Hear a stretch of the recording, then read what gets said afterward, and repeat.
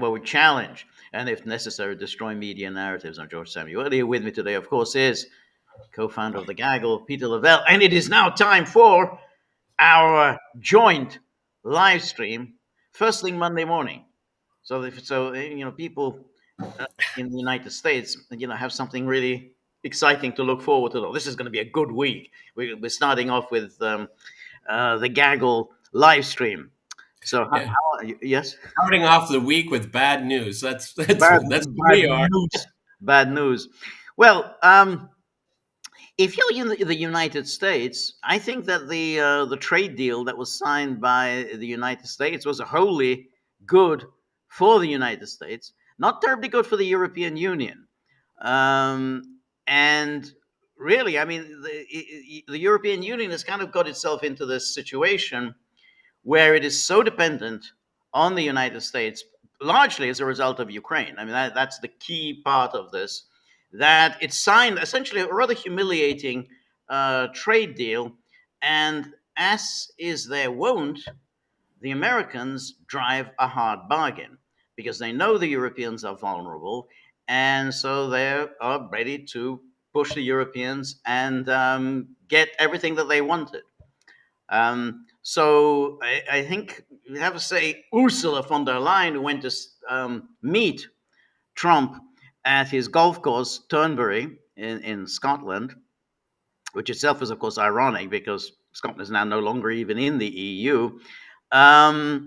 She kind of pretty much, gave everything that Trump wanted. So if we look at this, the deal here, some of the, I mean, not everything is clear yet. Yeah. The Thanks, George. details have yet to be yet to be filled out, but we're getting the general picture There's of what a headline here. There's a headline here. Yeah. exactly. So here we have the CNN. Trump touts biggest deal ever made as U.S. and EU sketch trade framework, and basically this is the fundamental, which is that there's a 15% across the board tariff on EU goods entering the United States. The EU, in turn, is having 0% tariffs on American goods. So this is the 15%, including automobiles, pharmaceuticals, semiconductors, and then we have speaking alongside von der Leyen at his golf course on the western coast of Scotland. Trump said the EU agreed to purchase 750 billion worth of energy from the US and invest 600 billion more in the US.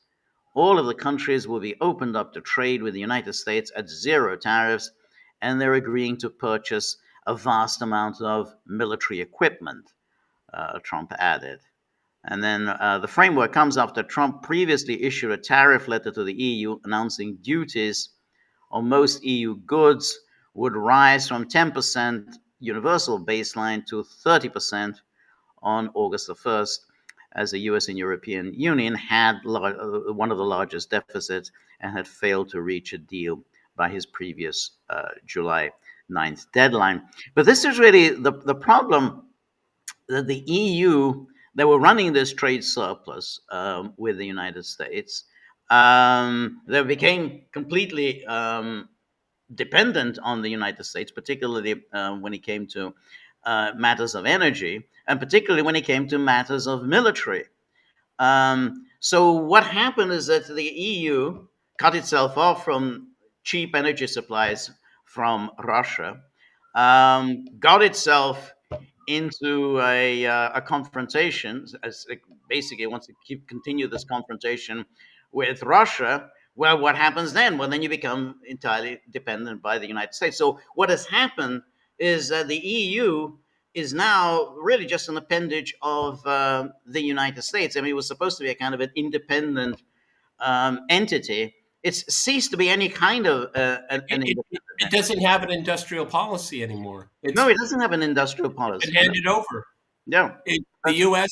under this agreement, we'll see where it goes, George. I mean, there's a lot of details here, but So they're going to be forced to invest $600 billion into the United States. That's six. Additionally, in other words, yeah, That's 600 billion. They're not investing no, in themselves. exactly, exactly. My long-term argument about this is, and this goes back years. Okay, yes, there was an imbalance. Yes, it was intentional. Yes, it was based on geopolitics. We'll pay for your overwhelmingly for your defense, but and we'll give you a really good trade deal to keep you on our side and all that. And but then it exhausted itself. It was no longer necessary. Okay, and so. And I'm glad you brought up Ukraine. So don't buy energy from Russia. Okay, buy it Right. from.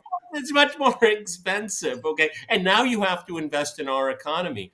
I mean, this is a self ratio. I mean, the Europeans have really screwed themselves, and now they're going to codify it. They're going to codify it. Okay, That's now yeah. how this is going to help the U.S. economy. That's the difference that we have on this issue here. Okay, Right. maybe it will, maybe it won't. It has to help. I mean, whether it I does as guess much as it's not going to hurt. exactly. I mean, they're going to get something, even if it's not. They're going to I get mean, something. this is the Trump model. I mean, he did that with Japan. Japan also, they signed this deal, and Japan commits to 550 billion. So whatever, even if that 550 billion doesn't materialize, they're going to get something. The EU Yeah. will have to invest something. It's part of the deal. They're going to buy this energy. I mean, they're going to, whether it's 750 billion, but they're going to buy it at a considerable markup, a lot more expensive than they were getting it. The problem with the EU is that the party couldn't go on forever. I mean, they couldn't go on running these trade surpluses. They My couldn't point. go on running these export-driven economies, particularly the Germans, and having the Americans, subsidize their welfare states, and they're getting themselves into a conflict. I mean, if you're going to do that, at least have good relations with Russia. I mean, Yeah. but if you don't have good relations with Russia, and you're getting yourself into this a conflict that you can only get pursue with the aid of the United States, well, this is what's going to happen. The Americans always drive a hard bargain. I mean, that's what it's like. If you go back to World War II, and Churchill, and the British declared war on Germany. The United States didn't. The United States held back. The British had this. Well, we're waging this war against Germany. Oh, fine. Can you help us? Absolutely. Now, can you just sort of hand over all your gold reserves? Can you please give us all your bases in the And Caribbean? possessions in the Western Hemisphere. Yeah, and all of that. Can you hand all? So Yeah, absolutely. we're about to scrap 50 destroyers. Do you want Exactly. That's right. No, Here are 50 destroyers. my point is here. I'm skeptical. That's my nature. Yes, I mean, on the face of it, this is not good for Europe. But Europeans don't look after their own interest, apparently. Yes, I see the positive upside for the United States, but of course, great powers, and the EU is this kind of amorphous great power. It's a very bizarre great power. It's almost impossible to define, but it's there. You don't want intensive competition, because then you can. It's better to have comparative advantage and all of that. But I mean, if you're going to weaken the Europeans vis-a-vis the United States, they're not going to be the customer that they're not going to be able to afford.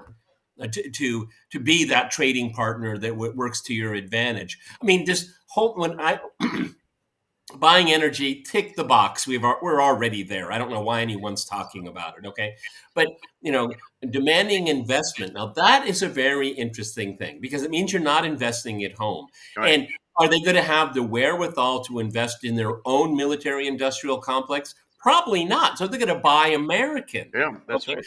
That's Even more dependency here. Okay, That's right. so I mean, it's really interesting. We talked over the last couple of podcasts.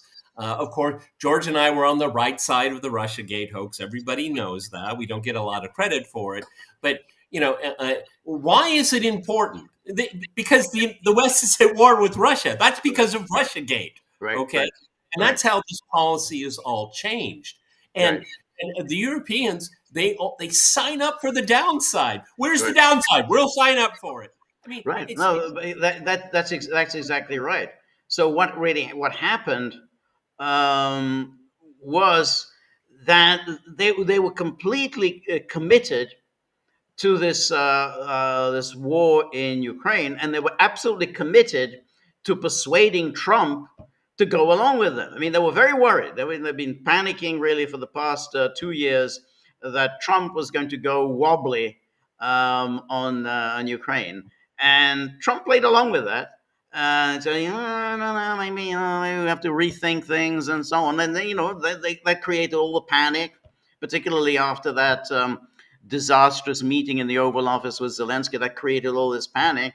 And that induced the Europeans to placate Trump all the more. So that he can continue. He will continue with this war, which doesn't do Europe any good. I mean, this is the amazing thing. It's not like, well, we're going to keep Trump on board because this is really helping us. This is really putting us in a strong position.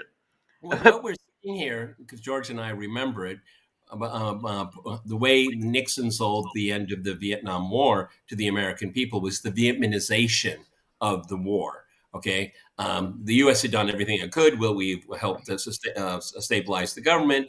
We still have advisors. We're giving a lot of money. Okay, but what we have right now, it's the Europeanization of the Ukraine conflict. Okay, Right. so Trump still gets the final say, though his downside, at least in theory, this theory of the case, his downside goes down dramatically, Right. and the upside for problems goes with the Europeans. Right. Again, this is all self-harm. Yep. All self-harm. I mean, George and I are students of modern European history, and I'm like, okay, that's what you want to do. Right. No, that's right. Now, some of the reactions have been in Europe have been quite interesting, and notably, You see Le Pen's? yeah, exactly. Le Pen, the anguish, but the French in general have been the most. So this is again the Times. This is describing all this great deal.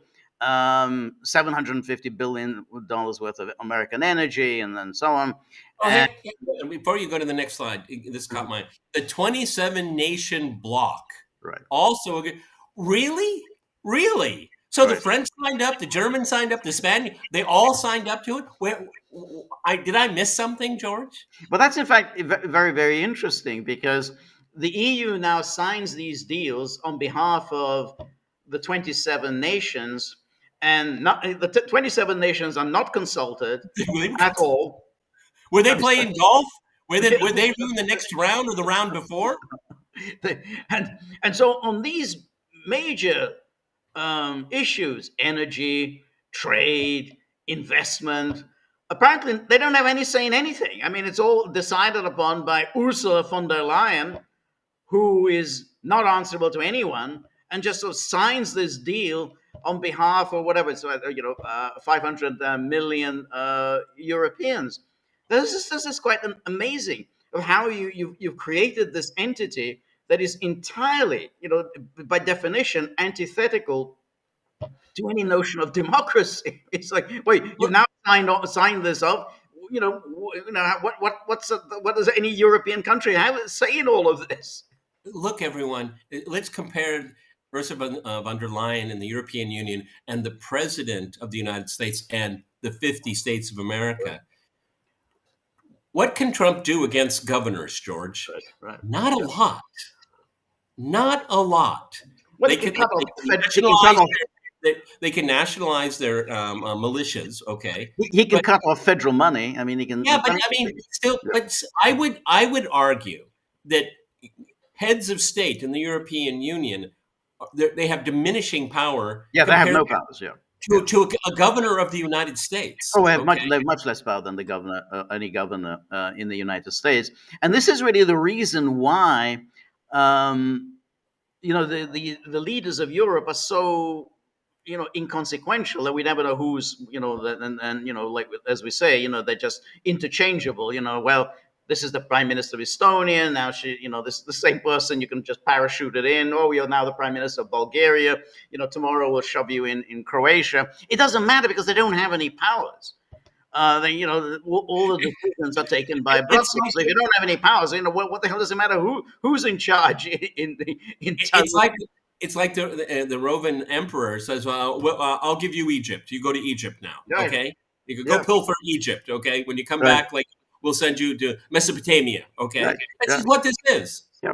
That's exactly it. And I think I think that's a very good point that this negotiating on behalf of the What 27.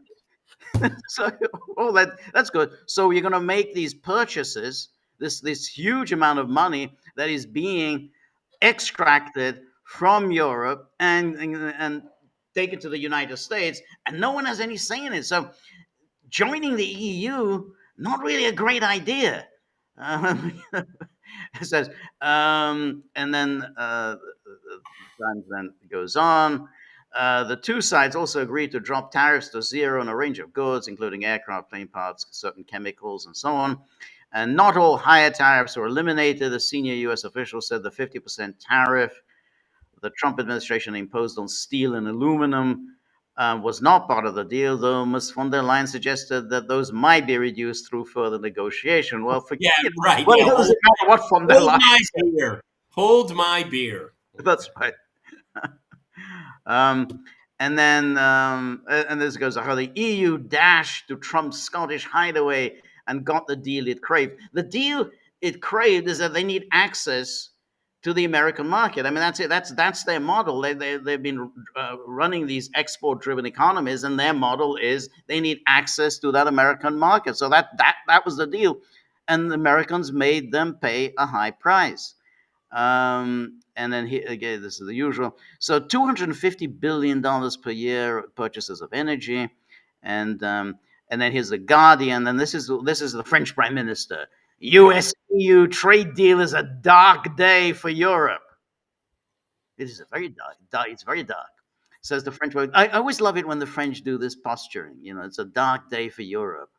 Um, so why'd you go along with it then? Trump tariff of 15% means European exporters will face more than triple the average 4.8% levy now in force. And then the French Prime Minister François Bayrou said the EU has capitulated to Donald Trump's threats of ever increasing tariffs as he labeled the framework deal struck in Scotland on Sunday as a dark day for the EU. It's a dark day when an alliance of free peoples brought Free. together to affirm their common values There we go. Yeah. and to defend their common interests resign itself to submission. Let me read that again. It's a I mean, George, you can read it again, but I didn't hear anything about finance and economics in there. no, But I didn't. maybe I missed it. You go ahead. Because I love the sound of poetry. It's a dark day when an alliance of free peoples, so it's an alliance of free peoples, brought together to affirm their common values. I want. Does somebody write? Does somebody get paid to write these? I It guess. was a DEI hire for sure. Go ahead. Yeah. Yeah, brought together to affirm their common values and to defend their common interests, resigns itself to submission. Yeah, that's. That's. I call that a dark day. Yeah, but I think the the the EU is a dark winter that's lasting decades. Okay, Yes. that's why. Yes, yes, yeah. But it's good to hear values again. I mean, I've been missing Yeah, it's Stoltenberg been for about 6 months. It's been about 6 months. yeah, yeah, exactly. Ever since Stoltenberg left, we didn't hear so much about values. And then says the deal, 15% tariffs on almost European and blah blah. But France, considered the co-pilot of the EU project along with Germany, made its disapproval clear. The state of affairs is not satisfactory and cannot be sustained, the French European Affairs Minister Benjamin Haddad also said on X, urging the EU to activate its anti coercion instrument, which would allow for non tariff retaliation. I love it the way they issue these statements on X. I mean, well, why didn't you tell Ursula von der Leyen that you're not going to go along with this. Why are you issuing these statements on X? Um, but it is very, very nice that values have come into this, and so the French now are really complaining. Now, there was always a very easy solution. You basically, you never want to have, on either side. You don't want to have bad relations, to your east and to your west. So if you're going to have bad relations with the United States, and you want to have good relations with Russia, and vice versa. That's why the problem that Europe has is that it is wholly dependent on the United States. And now that the EU is really little more than an adjunct of NATO, I mean, it's just basically it's run by NATO. There are going to be more and more of these kinds of humiliations, you know, planned by the Americans. I mean, that's why Trump really was very unperturbed by the Europeans. He knew they were going to get a deal. He knew that they were going to come running to Turnberry and give him what he wanted. Yeah, but the national elites in each one of these countries, they're powerless now because obviously, as it comes into if and when this becomes actual policy, they're going to blame the Chancellor of Germany. They're going to blame the Yeah, French president, and they have no power. right. Okay, I mean, this is not the way you run an No, outfit. Okay, I mean, because you get all of the downside, and you have nothing. It's like it's the whole debate about the euro. I mean, if you're if you're not doing well, you can default. Okay, you can devalue, and you can pay off debt that way. But when you're in the eurozone, you can't do right. any of it. You have no tools, No. and now you have no trading tools. The toolbox is not only empty, the toolbox has been moved to Brussels. That's right, and that's what's interesting about this, because the whole idea behind the EU is that once you're part of this big bloc, it's going to be much easier to get favorable deals, because you now have this economic clout of well, it was originally the 6 and the 9, the 12, and whatever, and then finally it's now the 27. But that when you this agglomeration of nation states, they're now in a much stronger position to negotiate. But it turns out you're not in any kind. They're in a much weaker position. I mean, probably, let's say you're the Hungary or the Czech Republic, you probably could get a better deal with the United States, just going to Washington and trying to work something out with the administration. This is the worst possible deal that you've got. So you're getting nothing out of the. Well, I mean, it's some, like Czech beer is particularly good. Yeah, Okay, it's yeah, better than most. I mean, yeah. Europeans have good beer, but I mean, there's some places it's Czech really, really Czech good. beer is the best. Yeah, But I mean, according to this trade relationship, Czech beer, Spanish beer, yeah. beer is beer. Okay, you Right, see what I mean? right, How is that in your national interest? right, That's your competitive advantage. You make something good that people want. right, right. Yeah, no, that's right. Like the French make cognac, which or champagne, which is better than anyone else, and rather than just simply okay, Yeah, but well, now it's just a beverage. exactly part of the Europe-wide agreement on You're sparkling next. You're wine. next to Fanta. Okay. That's right. Yeah, exactly. And you say, well, no, but that's champagne. It's not a sparkling wine. Yeah, that's it. So it was a quite a pathetic performance. And then Trump did his usual thing. He had a news conference with Ursula von der Leyen. I didn't see this. Okay. The and it's a very nice golf course. The Turnberry. I mean, he didn't build it. I mean, he bought it. But it's actually a very famous Scottish golf course. So it's just any ordinary bloke. He doesn't get to go and play golf at Turnberry. I mean, you got to have a lot of money to play around. And it was the Scots that invented golfing. Everybody. Yeah.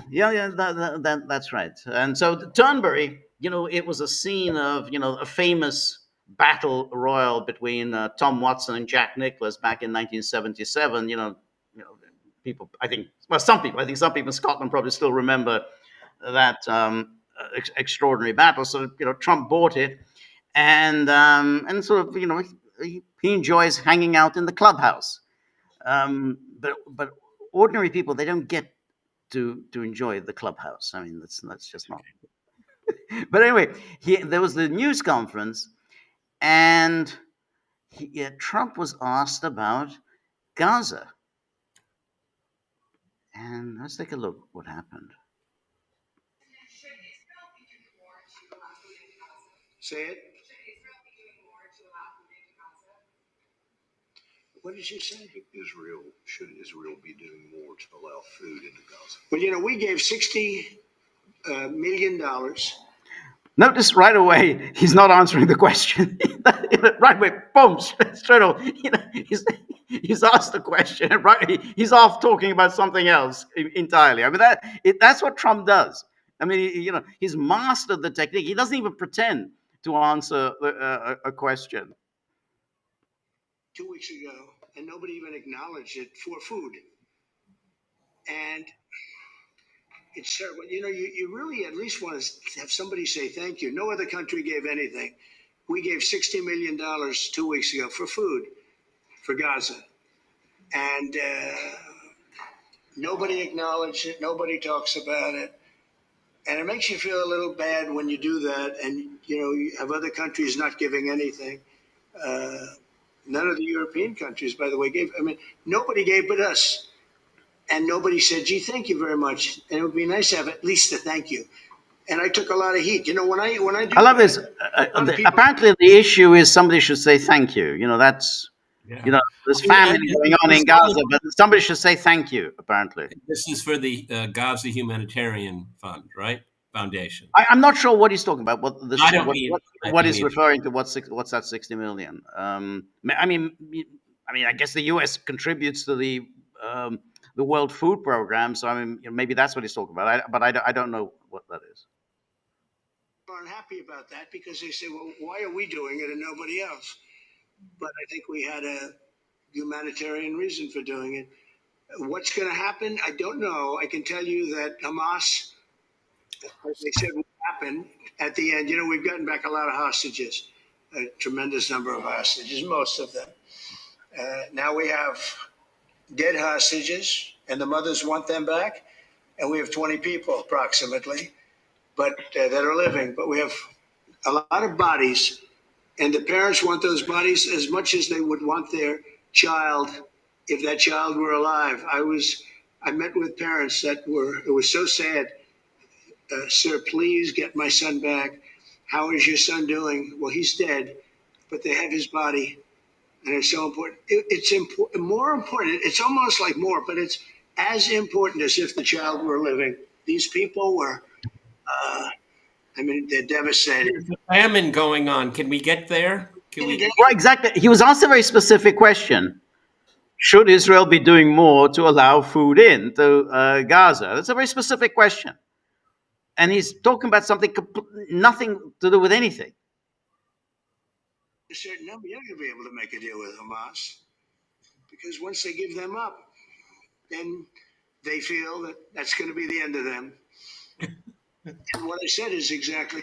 But you see, when he says that, then he's admitting that he was never negotiating seriously with Hamas. I mean, the whole idea of this agreement was precisely that it would be a phased process going from a temporary ceasefire to a permanent ceasefire. It wasn't about the hostages. That was just part of the temporary ceasefire. He just focuses on the hostages. Oh, well, they don't want to negotiate about the hostages. But that means you were never serious about moving towards a permanent ceasefire, which is so. What was this whole theater of these negotiations?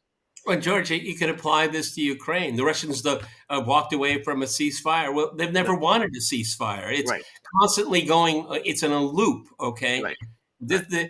Donald Trump, this is memorialized. This is part of your legacy. This answer is part of your legacy. Right. too. You know, they had a routine discussion the other day, and all of a sudden they hardened up. They don't want to give them back, and so Israel's to make a decision. I know what I do, but I don't think it's appropriate that I say. But Israel's going to have to make a decision. It has already. Those images are still going, many of them are much worse. Bigger children starving. What do you see or feel when you look at those images? Well, it's terrible. You know, when I see the children, and when I see, especially over the last couple of weeks, and people are stealing the food, they're stealing the money, they're stealing the money for the food, they're stealing weapons, they're stealing everything. It's a mess. Now, he's saying something that is patently untrue, as admitted by the Israelis themselves and admitted by the American government itself. And reported by American media. Exactly. This is the New York Times reported this.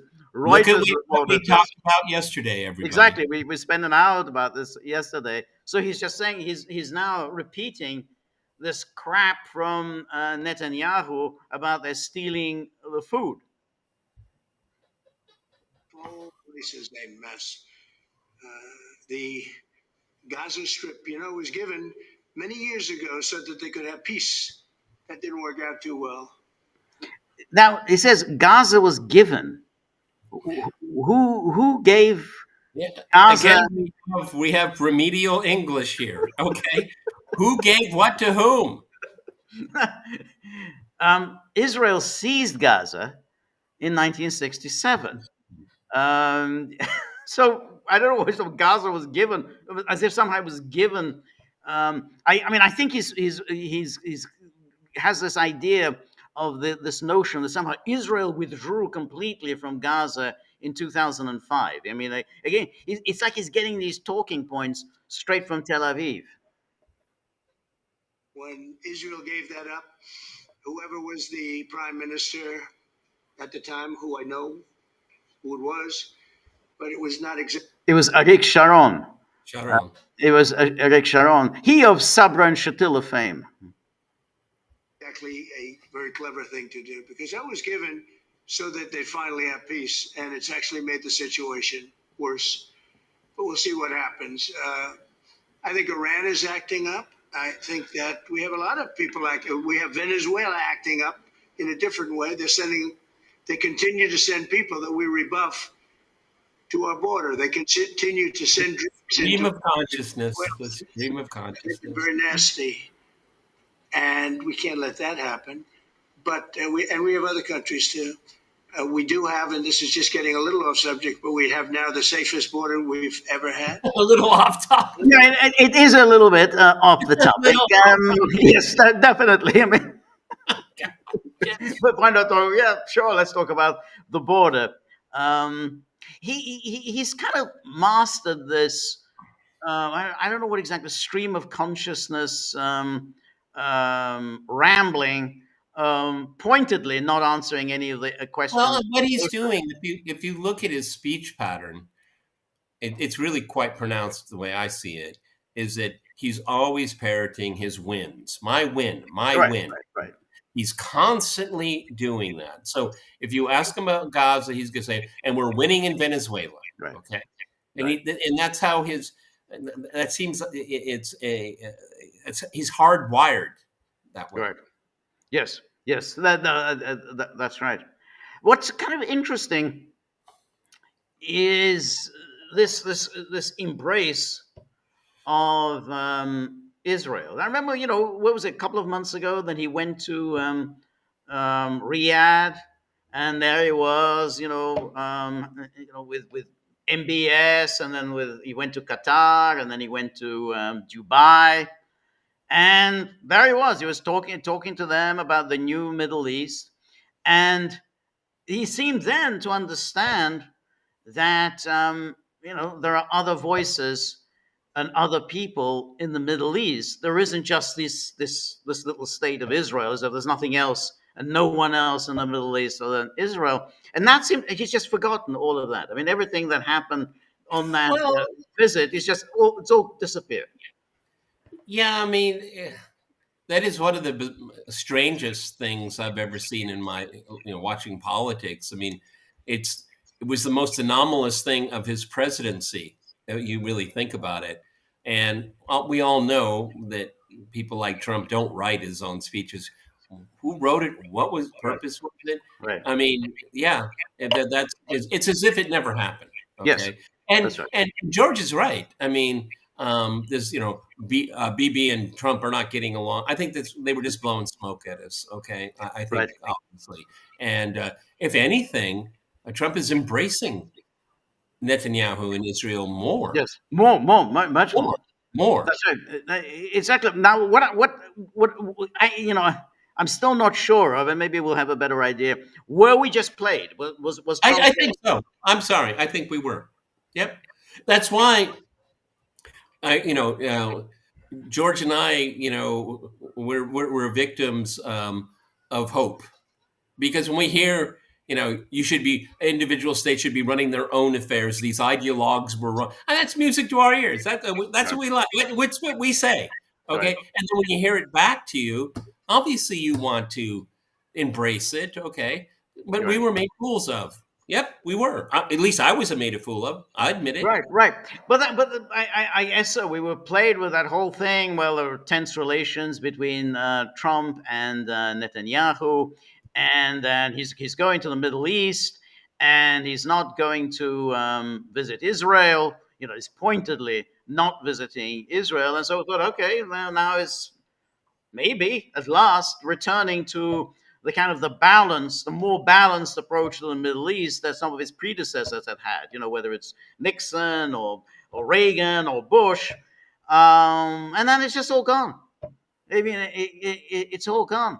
I mean, he's talking about the Abraham Accords. I mean, what is he talking about? There's not going to be any Abraham Well, I Accords. mean, If there's been a transmigration of the Abraham Accords, because the way it was pitched to us is that the pursuit of mutual recognition, recognizing the state of Israel, and that would encourage trade, that would people to people contact, and it was all voluntary. It was all, you had to give them carrots, to get this recognition. That's gone. Now we're in the Abraham Accords 2.0. You will be part of the Accords, and we will coerce you. We right, will force you. We right, will right. terrorize you. That's what this is. That's what Right, the but I think that's right. But I don't think you're not going to do that. You're not going to be able to coerce Saudi Arabia into well, joining look at Syria. Syria. Yes, you probably can do it to Syria. And Syria is very you're going to hear vulnerable. it here. You're going to hear it here because George and I have already talked about this with Kavark.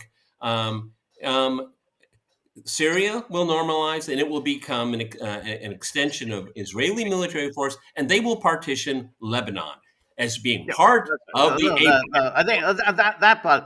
But the problem there is that for Trump, what would matter? The only way that Abraham Accords really mean anything is if you can get Saudi Arabia on board, and Saudi Arabia is not going to join. There's just no way that they can sign on to this, and there's also the problem is this famine, this everything that's going on right now.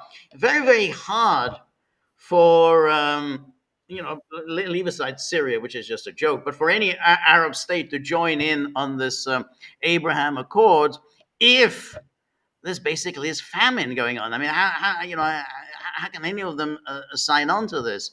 So that makes it a little more difficult. And but of course, it's interesting that Trump seems completely indifferent to I the mean, famine. at least Bill Clinton would say, "I feel your pain." Right, he could be Bill Clinton. Yeah, that's right. But but all of those those presidents now seems like eons away when we used to have American presidents who at least would make some kind of an attempt. Hey, well, we have our friends, our Arab friends, and we need to keep them happy. And we have to have at least some kind of a Middle East conference, and we need to get everyone on board. You remember when George H.W. Bush he sort of organized the Madrid conference? Israel really didn't want to do that. They did not want to show up at Madrid. The Americans insisted upon this. I mean, it just seems. God, can you imagine that? There was an American president who said, "No, you have to attend this peace conference, and all the Arab states are going to be there, including the Palestinians." And there's going to, and out of Madrid came the Oslo You Accords. know, it's the reverse. Okay, now the Israelis say to the American administration, "Just say Hamas." That's all. Right. Okay, That's right. look at we showed that Yep. Those Tammy Bruce That's right. clips. I That's mean, right. that is Exactly. such for any American. I don't care what your political stripes are. That is just an abomination. It is so shameful to Yep. have a State Department spokesperson, so happily, gleefully. I mean, she looked like a goofball. I mean, She it did. just She did. she She looked deranged. I'm sorry, she looked deranged. she looked deranged. I agree. She looked deranged. She was looking with this eyes were shining. Eyes were shining as she was I'm talking. not Jewish, but I wish I were. Yeah. Well, I mean, what kind of person talks like that? it's just What it's like kind of person talks like that? I mean, it's like a child who's just being offered some ice cream, and his eyes are shining with excitement because she's talking to some Israeli journalist, some Israeli propagandist, and that's what really matters to her. Now, the other aspect, and we talked about this with Kevork the other day, and here the Trump administration is also quite active, and that's on the issue of the Zangezur corridor. And as we discussed with Kevork, and I think was that this is a real move. This is a big move by the United States, by NATO, essentially to cut off the north-south corridor between Russia and Iran, surround Iran with hostile states, and of course to cut Russia out of the Caucasus. So the Americans are really moving in quite a big way. So here is the person that we talked about the other day, which is this Tom Barrack, um, and Oh, he's technically the ambassador to Turkey or Turkey, no matter. Turkey, But, Turkey, yeah, and yeah. he's basically the Trump administration's Middle East czar. Exactly. That's right. That's right. Middle East.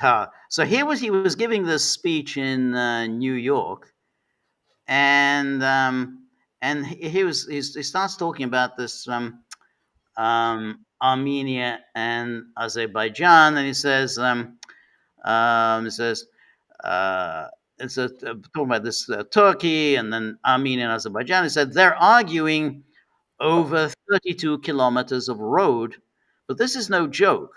It's been going on for a decade. 32 kilometers of road. Now, this 32 kilometers of road, that's the road linking this Azerbaijani exclave of Nakhchivan to Azerbaijan proper across the territory of Armenia. So what happens is America comes in and says, okay, we'll take it over. Give us the 32 kilometers of road on a 100-year lease, and you can all share it. Oh, yeah. Yeah, that's right. So America comes in and says, we'll take it over, give us the 32 kilometers of road, 100-year lease, and you can all share it. Oh, that's nice. But these tribal points of view do not fade. We came into an e pluribus unum. What does that mean? It means give up the masses for one. It exists in America. It doesn't exist there. See, they're all being so obstreperous. Why can't they be more like America? It's individual, family, tribe, and then the nation. But my hope is over time, this e pluribus unum will catch on and we can convert from Latin to Arabic, from Arabic to Russian, from Russia to China. Maybe we have a shot. So This that was is absurd. Oh, right, my. yeah. But now this news has come. This is published in a Spanish publication that Armenia has signed a memorandum of understanding with the United States um, about building the Zangezur corridor. It says here that Pashinyan agrees to cede a region of Armenia to the United States and then but France will suffer. A secret memorandum between Armenia, Azerbaijan, and the United States is undermining French interests and putting a vast region on the brink of war. I really feel bad that the French suffer. I mean, that's really going to. Yeah, I mean, it's so interesting because George is right. I mean, I don't care about France, okay? And this is not a story about France, Yeah, okay, at all. exactly. This That's story is about Turkey's ambitions, right. Israel's influence in the Right. region, all against Iran and against Russia, using Azerbaijan as a That's, proxy. So, that's right. Exactly. And and what here does Armenia get out of it, everybody? that's the amazing thing. It's easy plain. Okay. Yeah, what does it get out of it? It says in the current geopolitical context, many actors in the French political world observe a tendency on the part of Armenia, under the leadership of Pashinyan, to move away from Russia and towards the European Union, more specifically France. It is important to note that this perception is erroneous. Yes, it is. In fact, Pashinyan does not position himself as a European political actor at all. In reality, he's a puppet in the hands of the US State Department and the Turkish government of Erdogan. Thanks to representatives of the Armenian diaspora in France, who prefer to remain anonymous and who managed to leverage their contacts within the government of the Republic of Armenia, our editorial team was able to obtain a confidential document titled Memorandum of Understanding on the creation of the Trump Bridge Transportation Corridor. Trump Bridge. It's going to be called the Trump Bridge. According to our sources, this text has already been approved in Armenia, Azerbaijan, and the United States. So this memorandum stipulates the implementation of the Trump Bridge bilateral regional economic corridor and defense gateway project. It's a 42-kilometer transportation corridor, will traverse the Syunik region in Armenia. The corridor connects Azerbaijan with the Nakhchivan enclave and a strategic region located between the borders of Armenia and Iran. The creation of this corridor was one of Azerbaijan's main demands on Armenia following the 2020 war and Armenia's loss of Nagorno-Karabakh. And then Armenia has made efforts to prevent the creation of this corridor, as it would have meant the loss of a large part of Armenian territory. And probably would see the end of Armenia in general. I would have thought so, yeah. The memorandum made available to the Armenian diaspora states that Armenia maintains sovereignty over the Syunik region. That's good, it has the sovereignty. However, it was clarified that the transport corridor will be operated by a private American company that has obtained the appropriate license. It's going to be a private company. They're always very reliable. And then the distribution of revenue generated by the corridor's use highlights the underlying interests of this agreement. The US management company will receive 40% of the revenue, while Armenia will only receive 30%. But at least they're getting 30%. Armenia is thus deprived of its territory for a minimum period of 99 years. It's worth noting that the memorandum provides for the deployment of significant US forces on Armenian territory. Oh, so it's not going to be a private company. Well, I guess the private company will ask for protection, or maybe it'll be East India Company, like the East India Company. Yeah, I don't know, one of these private military contractors. I mean, they're basically it's the same thing. It's just ex army people, just now get a contract from the U.S. government. Whatever that. Probably with immunity. Exactly. Of course, they'll get immunity. It's worth noting that the memorandum provides for the deployment of significant U.S. forces on Armenian territory. According to available information, these will not be from regular U.S. military, but from a U.S. private military company. This PMC, currently estimated at 1,000 fighters, will be responsible for ensuring security along the transport corridor. It's very curious that they say fighters and not. Yes, it is very, very, very, very strange. Didn't like contractors or advisors, but they right. fight. Yes, but whom will they be fighting? Fighting. Yeah. And then the mere entry of US troops onto Armenian territory is enough to make Nikol Pashinyan's signing of the memorandum a national betrayal from the perspective of Armenians, both inside Armenia and around the world. In effect, Armenia is forced to surrender a large portion of its sovereign territory, which it is placing under the control and management of US forces, and accept the implementation of a major project for Azerbaijan and Turkey without any compensation. Of course, there's no compensation. Yeah, Yeah, and also, surrendering a large portion of its sovereign territory. of I course. should add, Yeah, allowing a backdoor for NATO. that's of course that's exactly what it is. It's clear that the United States and Turkey will be the primary beneficiaries of the implementation of the memorandum's provisions. While the benefits for Turkey can be seen as economic, the United States, as part of its strategic interest, primarily aims to establish firm control of the border between Armenia and Iran, and a way, of course, to apply pressure against Iran and to extend NATO into the Caucasus. And then initially, the border will be controlled by soldiers without heavy weapons, but but for the army, this will mean no more distance between Iran and the United States. This threatens to spark a major war in a region stretching from the Mediterranean to the South Caucasus. The Armenian US memorandum is a catastrophe for Armenia, strips it of all sovereignty. The US occupation will not solve this small country's problems. Only the United States and Turkey will benefit from it. Yep. Yep. And, Who and would have thought an Armenian leader would sign off on such it a is, isn't it? Yeah, sweetheart deal with the Turks? It's yes, amazing. it is. It really is. And then, but here's then it says about that Europe will lose out with Armenia. The country is occupied by special forces acting as American proxies. It cannot become a partner of either the EU or France.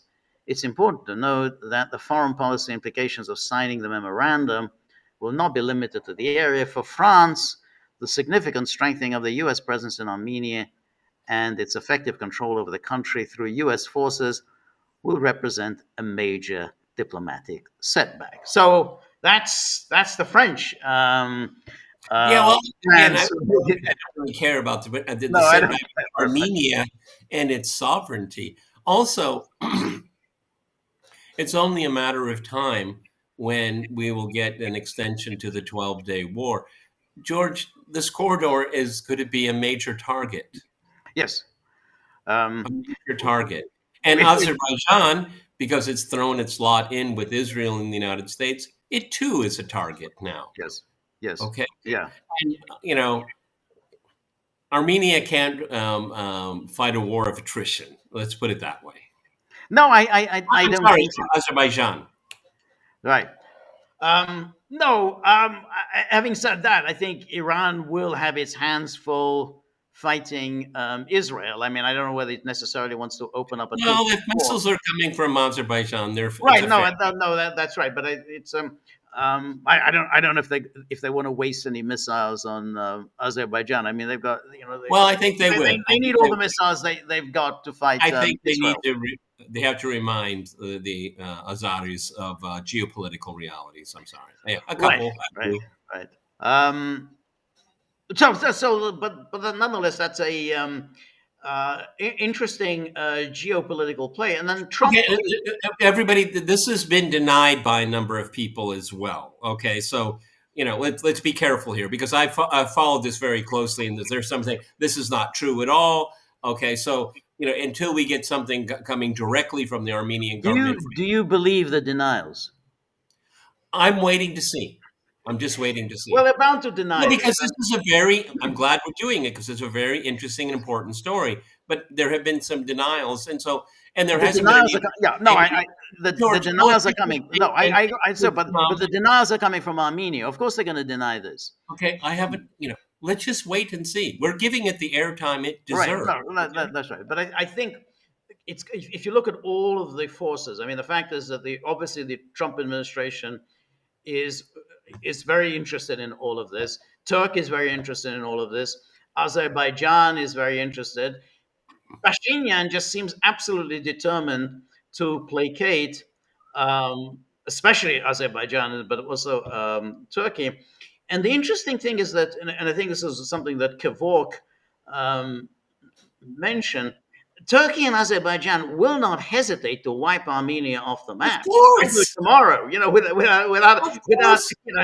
I mean, even you hesitation. said, I think about less than a week ago, as far as Baku is concerned, Armenia is just West Azerbaijan. That's right, exactly, and that's right. I mean, and Aliyev has indeed said that Yerevan, the capital of Armenia, is an Azerbaijani city. It's actually Azeri. It does not belong to Armenia. It belongs to Azerbaijan. So that that could happen very easily and very quickly. The disappearance of Armenia. Um, one other thing that's Yeah, well, quite Armenia almost disappeared through a genocide. Now it's right, going to disappear through signing a document. Wow. right, right, yeah, yeah. Um, I, well, it's kind of a consequence of the fall of the Soviet Union. I mean, essentially, basically, Good point. you lost your protection. I mean, the Soviet Union provided you with that protection after World War One. That was boom. No more Soviet Union. You don't have, you're on your own, and no one's going to come in to save you. So it's yet another effect of that. Um, what other interesting tidbit is that um, as we mentioned yesterday when we were talking about that letter that was signed about Israel, pretty much all the countries of Europe, all the countries of the Western world, had signed on to that letter, um, demanding that Israel let food in and humanitarian aid and so on. But there were striking absences. Germany did not sign this letter, as we might have expected, but neither did Hungary. And Hungary, for whatever reason, it's not immediately clear what exactly the reason is. Hungary has taken a very, very pro-Israel stance.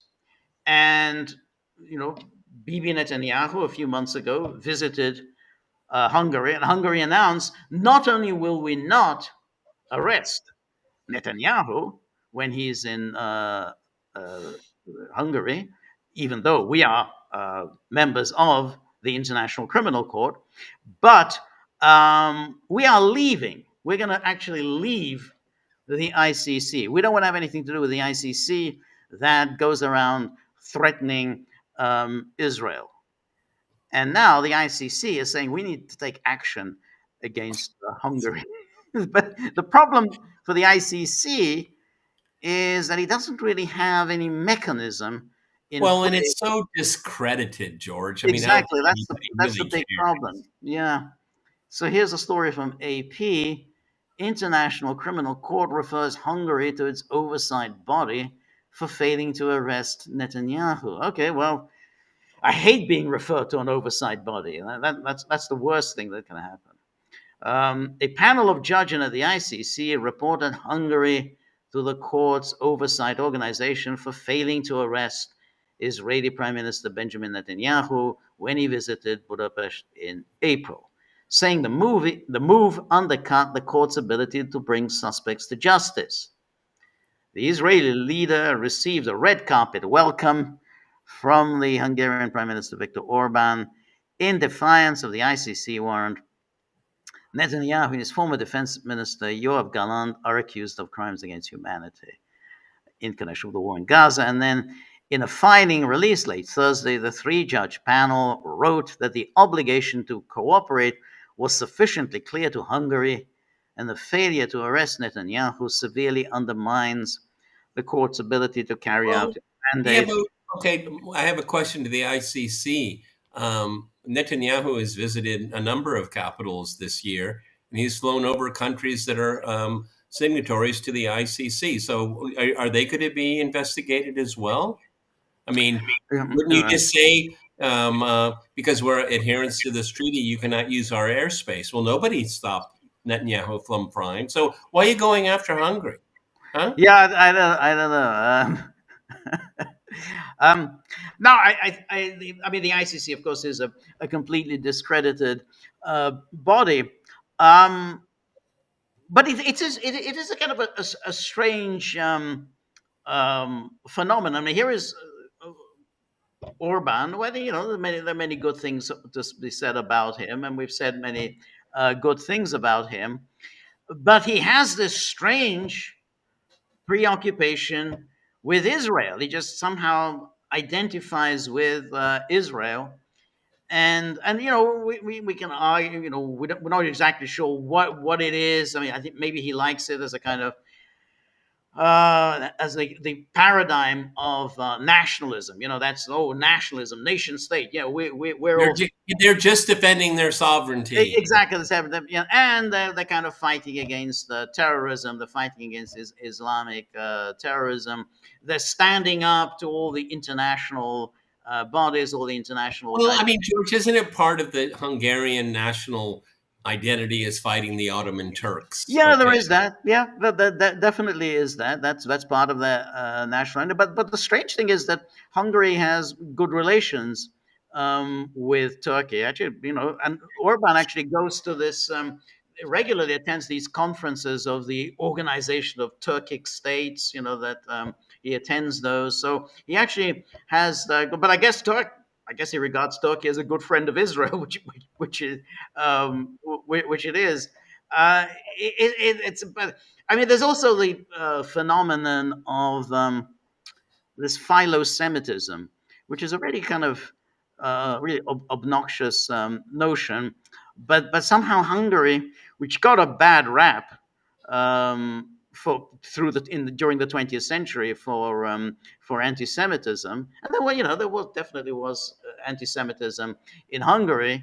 I mean, there was Adolf Eichmann, who kind of took up residence in Budapest after 1944. But somehow Hungary has absolutely has gone out of its way to make up for all of that, and they continually, all the Hungarian government leaders are continually boasting, this is the safest place in the world for Jewish people. If this is, you go and you can enjoy yourself.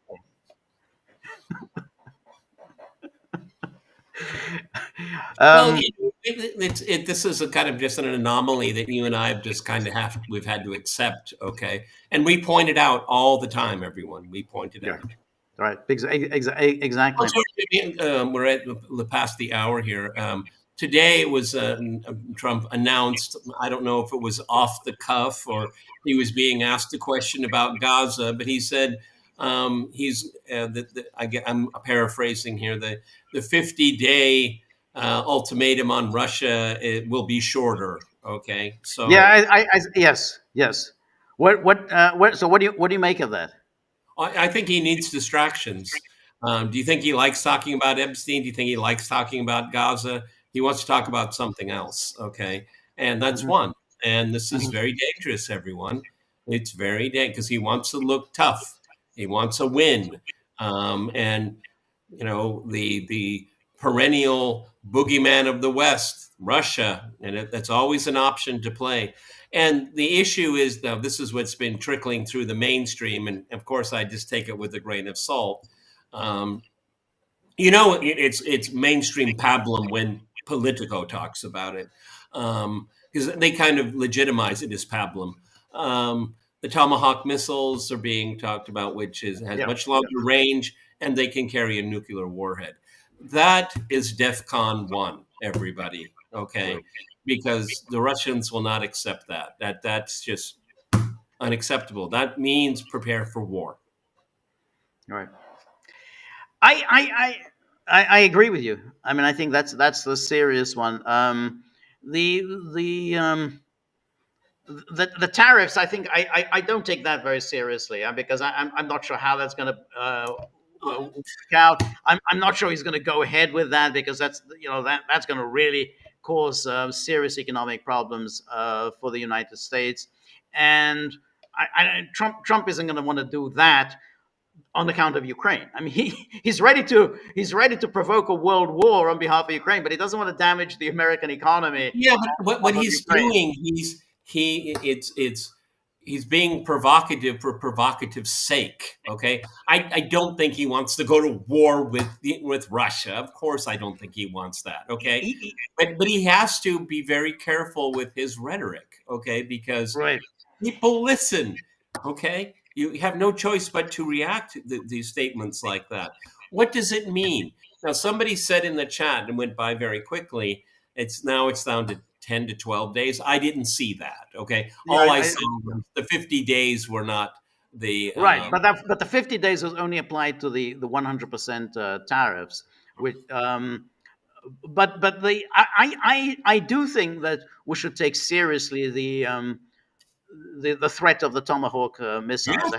Serious. I think that's a serious threat. More that's a more serious threat than I think the 100% tariffs, because I think that I just see that as creating more problems and more headaches for the Because United everybody, it's States. not a tariff on Russia. It's not a tariff on Russia, It's exactly. secondary tariffs It's on the other. second, exactly. That's exactly right. But I can see Trump taking these risks. I mean, he is a risk taker. The caution that he exhibited during his first term, he's not exhibiting that same caution. Remember, he was reluctant to go to war against Iran. He didn't want to do it. John Bolton kept pushing him. He's taken those kinds of risks. He's identified himself completely with Israel, which he didn't do during his first term. So he may well be now ready to take dangerous steps. So I do think that this has to be taken very seriously, Absolutely. and Again, it could be a very dangerous escalation. maybe I shouldn't say it, and you can chastise me if you want, George. But escalation was always the possibility. George Yeah. and I always believed it was We- most likely. that's right. Yeah, I think so. Yeah. Um, I think we were saying this last year. Either before the election or immediately after the election, that this is what's likely to happen. Then when Trump seemed to be taking a different course during the early days of the administration, then we tried to be at least I tried to be a little more optimistic. Maybe he does want to bring this thing to an end, but now we kind of have to go back to what we were Well, George, predicting last year. he does want it to come to an end. Okay, we all accept that, but he wants it to come to an end on his terms. See, Right. that's the No, problem. that's That's right. the problem. That's right. And plus, you always have to look at this at a distance. Okay, this is not helping Ukraine. How can we damage the Russians? Because we've been talking about Right. direct, But this is indirectly, this entire podcast is that Iran is the Caucasus. This is all pointed in that direction, and so Trump or his administration is very, very frustrated because they're not getting any positive returns. So they're exerting pressure elsewhere: Armenia, Azerbaijan, Iran. And for his administration, and I think people in it, it's all one big tapestry, and you constantly have to have pressure everywhere all of the time, and it's not working in Ukraine. Something has to change. You have to right. shake it. But that's the thing, that Trump does not have that kind of obsessive hatred for Russia that the previous administration had. And that's And why probably the bureaucracy. that's why it seemed like he would be willing to accommodate himself. So when you say that, oh, he wants it on his terms, but these terms are essentially the same terms as Biden insisted on, the same term as NATO insisted on, and it doesn't seem as if those are terms that Trump particularly committed himself. There was never really he was never committed to that. He's not committed to Ukraine's eastern borders. He wasn't committed to that. He wasn't committed to the survival of the Zelensky regime. So, but that's what his policy has now led to. Now he has embraced a policy that wasn't his. I mean, this was the policy that was carved out by Biden and NATO, and it's now become Trump's policy, and that's why it makes very little sense, because that wasn't originally what Yeah, Trump was trying to do. Trump didn't have and does not have now a Ukraine policy. Again, we have to parse our words here.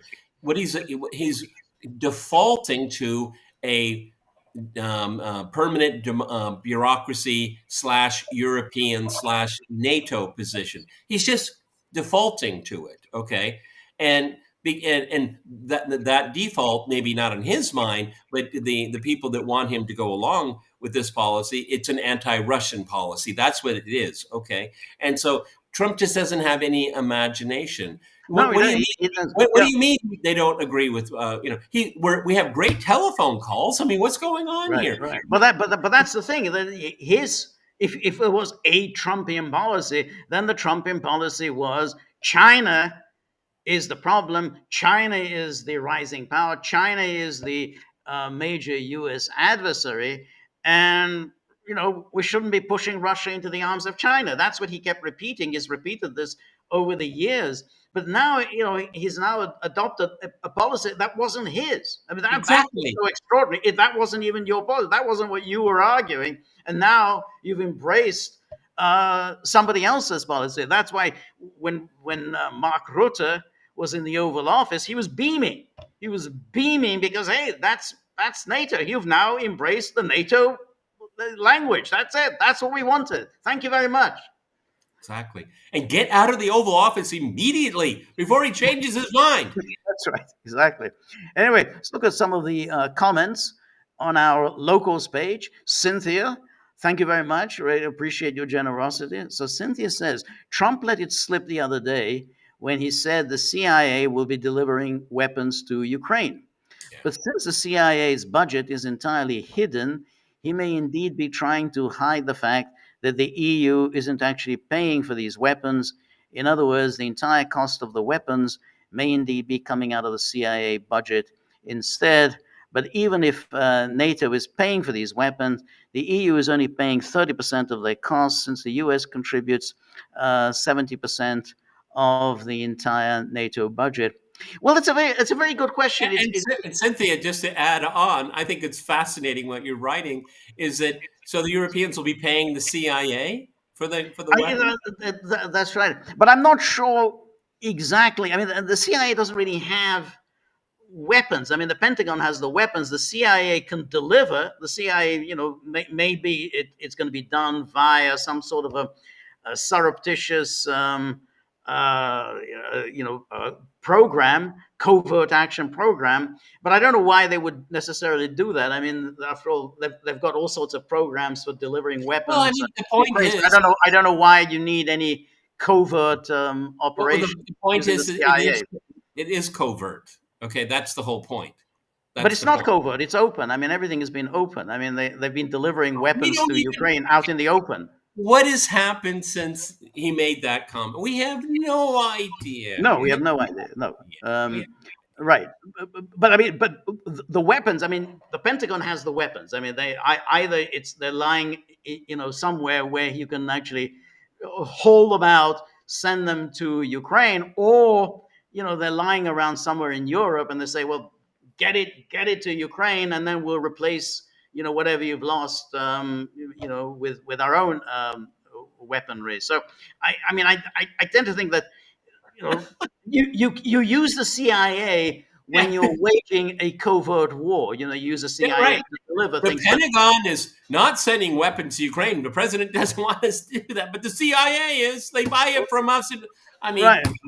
Really, right. come on. But I mean, like the CIA, let's say CIA was delivering weapons to the Contras. That was a covert operation. That was. This could turn into one as well. I mean, but this isn't covert. I mean, they've been doing this out in the open. I mean, it's just all direct political delivery. Theater. It's all political theater. I don't know. To be honest, I think Trump was a little confused. Sometimes he gets a little confused about things. He says these things, and it sounds good. Oh, the CIA will be doing this, but I'm not sure. Whether he's a little clear about what's going on. To him, as my grandmother used to say, he's a bit touched. Okay. He's a bit touched. It's more that his interest is who's paying for it. That's his interest. I mean, that's his businessman mentality. His I thought real it was the end of mentality. the killing. Who's whipping out the money? It's not the end of the killing. He's asked the question about Gaza and said, "Well, we said 60 billion." Right, exactly. Whatever that means. And then Cynthia says, either way, the U.S. is stuck with the lion's share of the weapons cost. But if Trump instead has said that the Pentagon was delivering these weapons to Ukraine, then we'd have a clearer picture as to who's actually paying for these weapons, including exactly how much they cost. After all, unlike the CIA budget, the Pentagon budget is transparent since it requires congressional approval, which isn't at all the case with the CIA budget. Well, I think that what Trump is talking about when he said this plan, NATO will pay for it, I mean, is that this will be paid by individual NATO states. So the individual NATO states will put in an order. Either they'll already transfer whatever they've got in their armory now to Ukraine and then put in an order to have those weapons replaced, or they're going to put in an order now and get whatever is available in the United States. Denmark say we're going to order one Abrams tank, one. Right, okay. exactly. They say, well, we'll order again. Yeah, we'll order one. Can you mail it to us? Can you mail it to us? Come on, this is all a farce. This is all theater. And as soon as he made, after that Oval Office meeting, it was the Italians said we didn't hear anything about it. Everybody's this. I don't know. That's first I've heard of it. Okay, come on. Right. Well, the difficulty is that you have the French. The French are always grousing about something. The French say, "Yeah, well, this is we're funding the American military-industrial complex. What about our military-industrial complex?" The problem is that there isn't really a European military-industrial complex. So whatever By you can, it's the Americans who have the stuff. I mean, they're the ones who can provide it. So we should be investing in the French, in our own military-industrial complex. Yeah, but you haven't done it, so they can't really purchase anything. I mean, what have you got that we can buy? See, with the Americans, George and I have watched it our entire life. It's every decade or so. Oh, Europe needs to have its own defense policy. George and I go find the benchmarks, and that's the talk for a month or so. But the Americans are not against that. They just want you to keep buying the weapons. Yeah. Now, if the French start buying Italian stuff and the Italians start buying German stuff, then the Americans having a problem with that. Yeah, that's right. That's right. It's all the Europeans need to cough up the money, spend it in the United States, and then the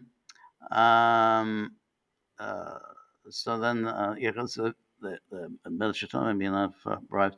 So then the interesting question arises is what exactly is Trump going to do? I mean, when he was asked about Gaza, he said, well, I think Israel has to go in and do whatever it needs to do. In what way hasn't Israel already been doing whatever it needs to do? Whatever that may be. Remember, candidate Trump, he said, what was his concern? Israel's PR is breaking down. Its image in the world is being. He was very concerned about that. Right. Okay, and the way I interpret it, and I interpret it in a very literal way, is that get this famine over with. It's a bad look. Get it over with. That's what it looks like. You think that's what does that mean? Get it over with. Get rid of them. Just get rid of them. Okay. Well, that's Israel's policy all along. It's nothing new. Right, but Israel cannot do this. I mean, we've seen what happened just in the last couple of days. They're doing it. But you keep saying they can't do it. They're doing it. What they cannot do, they cannot preside over a mass famine. That's why they've already had to make. They are presiding over a mass that's why famine. they've had to make, whatever cosmetic changes, but they had to do it in the face of this, in the face of criticism. they're not. Then they can't do this. This what They are doing it. driving 2 million. All right, No, all right. I don't agree. They cannot. I don't agree with I'm you. sure that they would like to do it. I'm sure that no, we're not. There are people who They would like to are do it, doing it. How many times do I but have they're to say? not. They're not. They're now allowing in food. They are allowing it in. Why don't they just let everyone starve to death? If that's the case, they're not. They're trying to manage an They're trying impossible to, but story. but But trying they're is not not the doing same a thing as very good doing it. job at it because they're not going to let go of it. They feel that they're so close. Why stop now? But they're In not 50 close. years, we'll build a monument saying, "Oh, Right, it was right, a but they're terrible not thing that happened." close.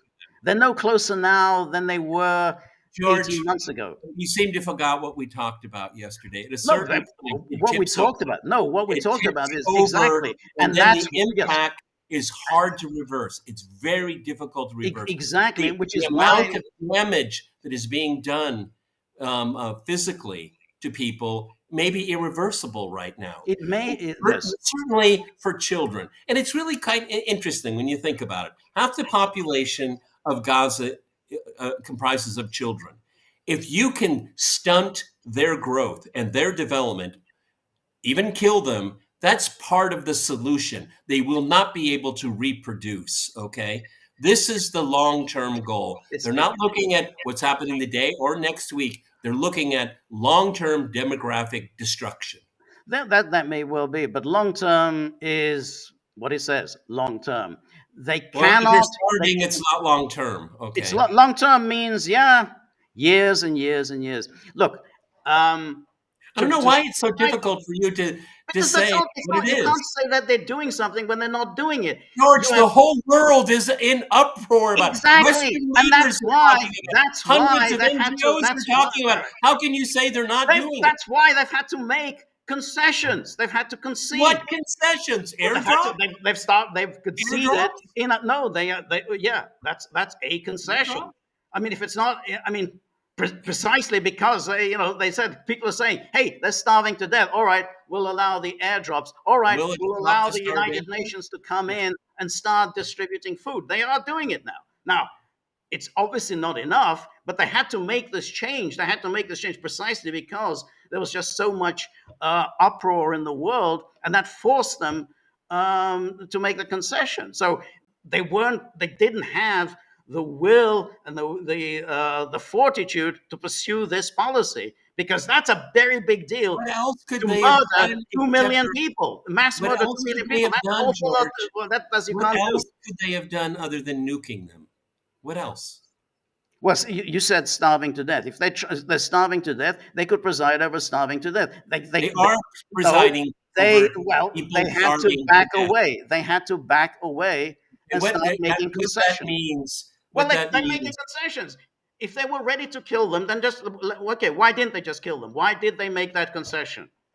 yeah, because the people like Amy Klobuchar are saying, "Oh my God, I'm Okay, attached to this." that's Okay, exactly it. They have to do it but I because think Amy it's too Klobuchar, late. I because think the Keir Starmer, demographic. because Emmanuel Macron. There are just fundamentally, it's very difficult to go ahead and do something like that in the face of this so much Well, outrage I when suggest, you've got George, the I United suggest States in your corner, and even the take United States a you by look. no means have in your I corner. suggest that you. It was last week. I suggest that you take a look at an interview that Glenn Greenwald did with a famine expert, and he said it's already tipped over. The damage, the amelioration of the damage is almost impossible right now.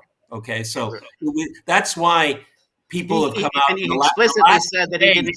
He As it said, explicitly said that he explicitly said that they're not doing that. And they haven't pursued Okay, the well, we have policy a that the different reading, Nazis were but I pursuing, which was suggest to starve people everyone. to death. He didn't say that. He explicitly said. I suggest everyone watch it and you draw your own conclusion. Okay. Right, right. Yeah. Look, but to me, he was asked specific, and he said, no, they're not doing it. They have not reached that point of attempting to starve a population to death. He I didn't don't know think. why you're so defensive of Israeli I'm not defending. I'm just saying that before one saying, "Oh, they're just going to do it. They're just going to wipe 2 million They people are doing off the it. face." All right. I mean, we're going around in circles. This is Okay.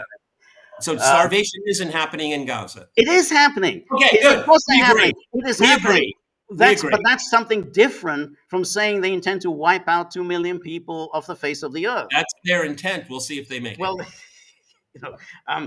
until you do something, then that, you can just Well, anything that's intense. 21 months of evidence is What enough.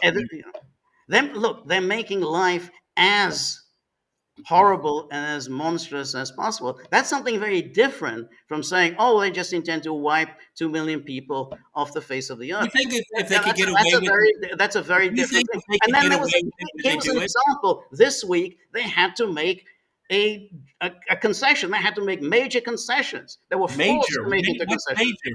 Major George, concession. I mean, either way, they were you saying, "Look, we believe have to let people in. We have to let this food you in." believe if they could get away with it, they would do it. Yes, but they can't get away with it. I don't Okay, know what well, they would have, what that's woulda, different. coulda, shoulda, but they can't get away with it because ultimately the world isn't going to tolerate this. They've made clear the world The isn't going world to thinks tolerate it's this. all. Look, we've They're been not watching tolerating it. 21 months of Happening. It's not. toleration. It's We're gonna get we're gonna. I'm waiting for the big distraction. To look over here. Look over here. That's what I'm waiting for. Anyway, maybe the clock is going to save us, George. right. That's right. Hey, look, everybody. This is the way George and I are. Mhm. Okay, good faith arguing here. Good faith. No, there's no anger here. Right. None. Okay, Right. there's good faith. You know, show me the facts. Make your case. Right. That's what it's all. That's what That's it's right. only about. That's right. Yeah, no, that's exactly right. So I think we're kind of reaching the end of our of our live stream. Um, All right, any George, give me a handshake there. Okay. handshake? Yeah, that's a handshake. And any parting thoughts? Well, we used to start this on Monday and say, well, it's Monday. It's kind of, kind of a thin gruel for news. But in this time, every day is just a whirlwind of what's All good. right. For me to do my program is virtually impossible because All right. once I finish it, there's so many new things going on. It's really frustrating, very, very frustrating. All right. I just go back to what we started out yesterday is that Trump is on the golf course while all this is going on in the world. It's No, such a that's definitely the case. That's really that's indeed not a good look, and not a good look for somebody who had presented himself to the world during the election as the peacemaker. He was going to bring peace in Gaza. He was going to bring peace to Ukraine. He was going to work out an agreement with Iran. All this thing. He was going to do all of that, and he hasn't accomplished any of those things. Not only has he an accomplishment, he's going in exactly the direction where it's now going to be increasingly difficult for him to get himself out of this. I mean, it's like reverse. he Yeah, had just simply been juggling balls in the air, doing a little bit of this, doing a little bit of that. Then you say, okay, well, he can still, there's still room for him to shift this way. Now he's kind of stuck with this. He's now embarked on a course, and it's going to be very difficult to reverse.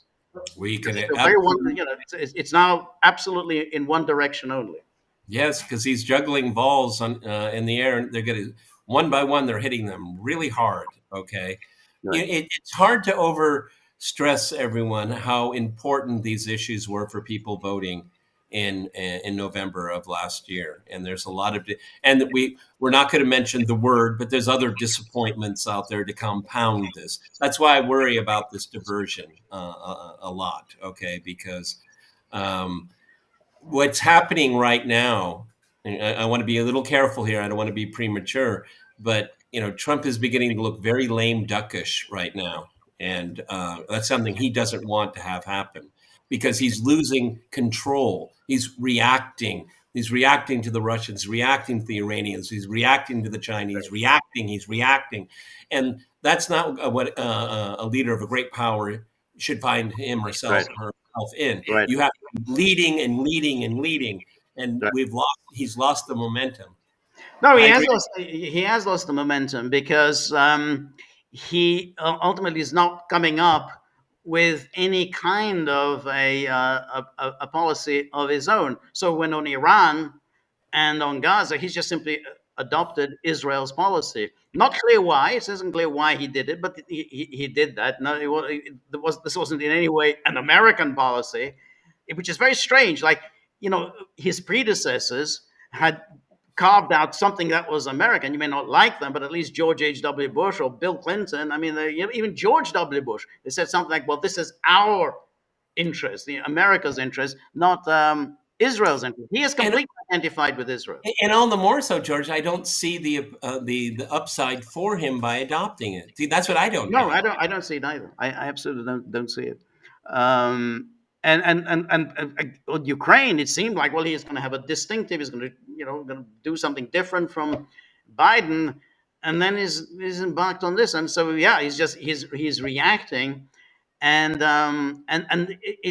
it's absolutely damaging him. I mean, it's his he say, oh, go to this win, go to Thailand and Cambodia. His numbers are tanking on the issue of foreign policy. Presidents usually do okay on foreign policy. They say, okay, well, because you have so much more room for maneuver. Yeah, and besides, the issues are complicated, and no one can really exactly understand what the hell's going on. So he's underwater when it comes to foreign policy. That's not a good look, and particularly when he does something like launches missiles against Iran, and Americans don't know why are we bombing Iran? What's Iran done for us? That's a bad look. And he's even made it very clear that he could do it again. Yep, that's right, exactly. Anyway, thank you very much, everybody who joined us. Thank you very much for everybody who raised all sorts of questions and points. And we will be back on next Monday for our joint live stream. And then you can join me tomorrow, Tuesday, 3 p.m. Eastern Time, for my solo live stream. So thank you, and see you very soon. All the best.